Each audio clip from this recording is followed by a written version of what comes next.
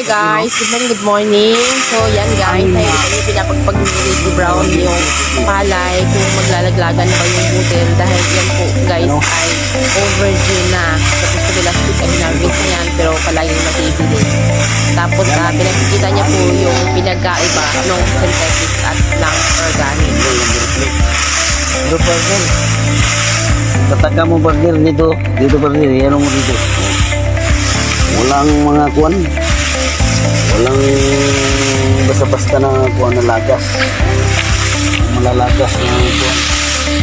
Palay, butil, wala.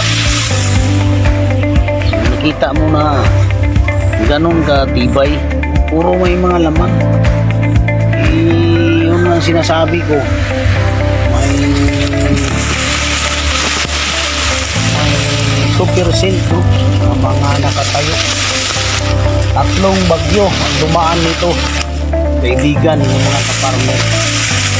3 bagyo, imagine mo. Yung iba, suko na. Wala nang ma-harvest.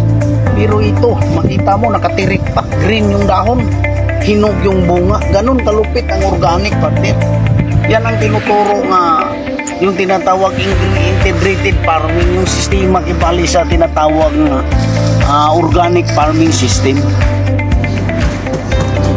Ayan po guys, tunay na maaasahan ang ating organic na fertilizer. Nakita niyo naman po sa tindig pa lang talagang maaasahan na siya. Higit po dyan ay wala na po tayong ini-spray lasong chemical.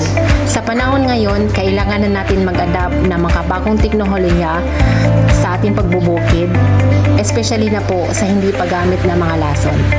Dahil ang panahon natin ngayon, hindi natin inaasahan, biglang umuulan at bigla pong umiinit. At once na umulan, nagkakaroon po ng bakterya o insekto, ini-sprayhan po yan ng lason ng ating mga farmers. At dahil pag-spray, kinabukasan ay uminit na sobrang init, ang dahilan kung bakit nasusunog ang mga palayan. Dito sa organic ay hindi na natin kailangan alalahanin ang weather kasi ito ay natural, makakalikasan. Higit sa lahat, higit po na makakatipid ang farmer dahil hindi na natin kailangan bumili ng mga lason na napakamahal sa merkado. At dahil kung kailangan po natin na pagandahin pa ang ating mga pagbubukid, ito lang po ang ating gagamitin. Subukan ang aming bestseller, Organic Full Harvest Microbial Inoculant or MI, na kung saan siya po ay rapidly decompose, bubulukin niya ang dayami, palulutangin ang kuhol, at kahit po yung buto ng damo ay kaya niya rin pong bulukin.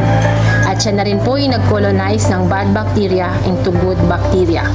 At kung ang kayo naman po ay nakapunla na hanggang sa nakapaglipat tanim at hanggang po sa pagbunga ng palay at pagtungo, ang atin pong pinaka-maintenance ay ang ating Organic Full Harvest Root and Leaf Fertilizer or RLF. Maliban sa NPK ay mataas ang calcium, boron at zinc na kung saan siyang pangunahing pangailangan ng ating mga halaman.